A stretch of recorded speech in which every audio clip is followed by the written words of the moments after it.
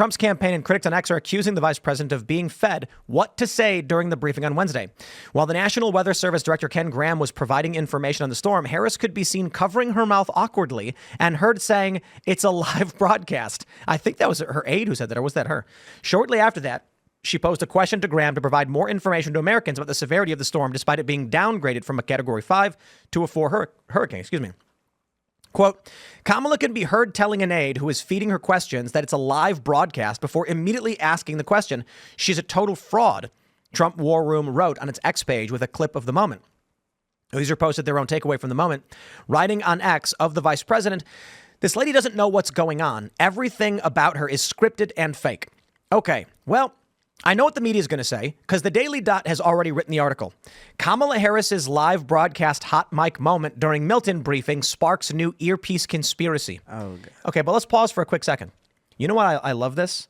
And I know a lot of people are going to say like, whoa, Tim, you don't know that she was caught on a hot mic being fed questions. Well, how could you make such an assertion? Because the rebuttal is already that, of course she was, it did happen, and you're a conspiracy theorist. The Daily Dot's rebuttal to this, because they often just write stuff like this, is that she wasn't talking to an earpiece. It's like, okay, so she was on a hot mic being fed questions, but the conspiracy is the earpiece. I talk about this all the time, my friends. They'll fact check something with something added to the story that isn't a part of it. Exactly. Did Kamala Harris have a hot mic moment on a live stream where it appeared she was fed questions? I say appeared because I'm being nice. The answer is yes. What they then do is, was she caught on a hot mic moment where it appeared she was being fed questions through an earpiece? False. They'll write the whole article up and then say, there's no evidence yet an earpiece. Well, and the worst part of it is they're expecting you to deny what you can actually see in the video. Covering your mouth and then saying something when you think you aren't being watched isn't normal behavior, right? So if she didn't have a earpiece or whatever it is they're alleging people are actually saying when they're not saying it, it doesn't negate the fact that that's a bizarre thing to do. Like, does she have multiple personality disorders? She's speaking to her own hand. If she's not being fed questions or she's not talking to somebody, I feel like the easier defense would have been like, she had something in her teeth. She wanted to politely, like discreetly clear them. She was coughing, but instead they went for the like, you guys are crazy and you're turning this into something wild. Gentlemen, she could have just said that the report could have been like, of course she was being fed questions, but that's a bit of, you don't have to say it like that. Right. She's in a briefing. Her aide is providing her information and she's going to follow up with questions. The crazy thing about this is the attempt at rebutting it as though there's some weird conspiracy that happened. Guys, people, ladies, gentlemen, everybody listening at home. If you come to me and say, did you know that there was an aide working with Donald Trump who gave him questions before he went and did an interview or whatever? I'd be like, yes, I've met them. Everybody has them.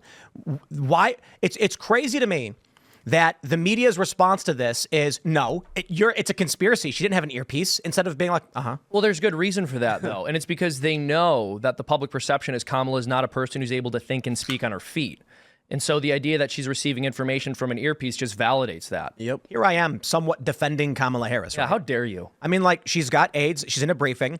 She's not paying attention. She's campaigning. She's the vice president anyway. Why is she in these briefings? The president should be in these briefings. She's just trying to campaign. Right. I mean, the bar for her is incredibly low. I agree. I mean, we don't expect her to be able to think on her own. We expect her to be heavily supported by her staff.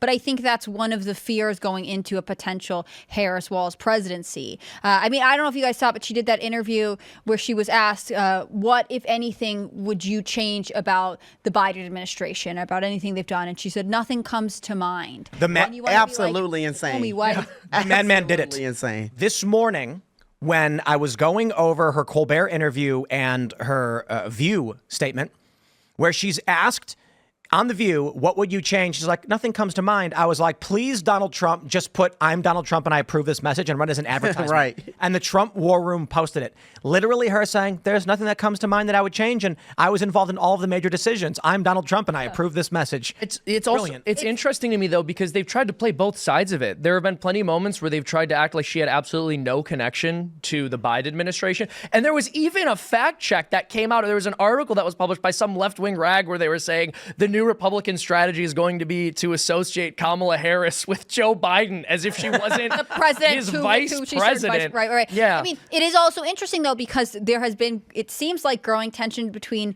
Harris and Biden. Biden doesn't seem particularly supportive of her anymore. In fact, at times he seems a little barbed and catty.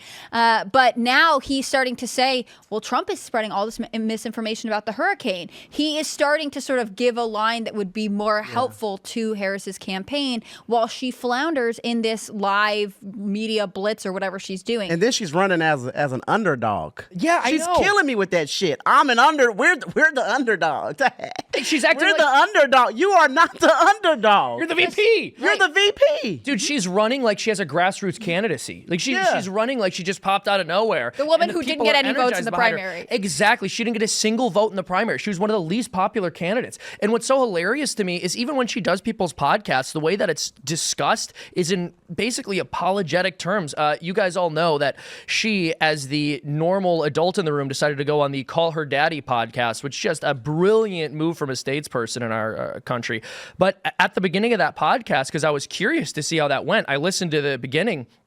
And the host was basically justifying the decision to her audience. She was saying things like, I just want you guys to hear both sides. And, we've invited Trump on too. And I really just want you to have a more well-rounded perspective. Now, back in 2008, if any popular podcast had Obama on, they weren't starting by apologizing to their audience and explaining the decision because he was actually popular among groups of young people who do listen to these kinds of pop cultural podcasts, degenerate as they are, right? And so you would think that even with that kind of a fan base, you'd be able to say, yeah, Kamala Harris is here. Isn't that awesome? And the audience would celebrate. But the podcast host knew that they wouldn't because she isn't this grassroots candidate who people were clamoring for. She was incredibly unpopular as vice president, but then we're told overnight that she is one of the most popular people in politics and that she's going to beat Donald Trump in this election hands down without any kind of a challenge. And you just look at her campaign now and you go, they're flailing. They're not making decisions that people make unless they're desperate. Who goes on a podcast like that unless they're desperate? Right, and she's criticizing Ron DeSantis, right, for not taking her call, while he says, I talked to the president. I don't know why I would have to talk to her. She's making this about politics. That's a good point. She is really going into this defensive, this very defensive position saying, these conservative Republicans are being nice to me. They're spreading misinformation. I'm here for the right reasons when ultimately we know this is actually all an attempt to stay relevant, to maintain this idea that she's the vibes candidate. When the vibes in the country have really changed, right? It's great. She went on Call Her Daddy. She talked to the feminists. Good for her. What is she going to do about the people who are affected by the hurricane? And so far we've heard she's good with sending money to Lebanon. And also she wants to stand by everything that the Biden administration did. Absolutely disgusting. But this shows that Kamala is not ready to be president. Yeah. She is not ready to run the country. Ron DeSantis said he missed the call. He didn't get the call. He missed it. She had a freaking meltdown. Oh my God, he didn't answer my call. Why are they being mean to me? They're not picking you want to be the president of the United States and you are crying because he missed your call? He's kind of busy right now. Yeah, exactly. He's actually governing. He's actually trying to help.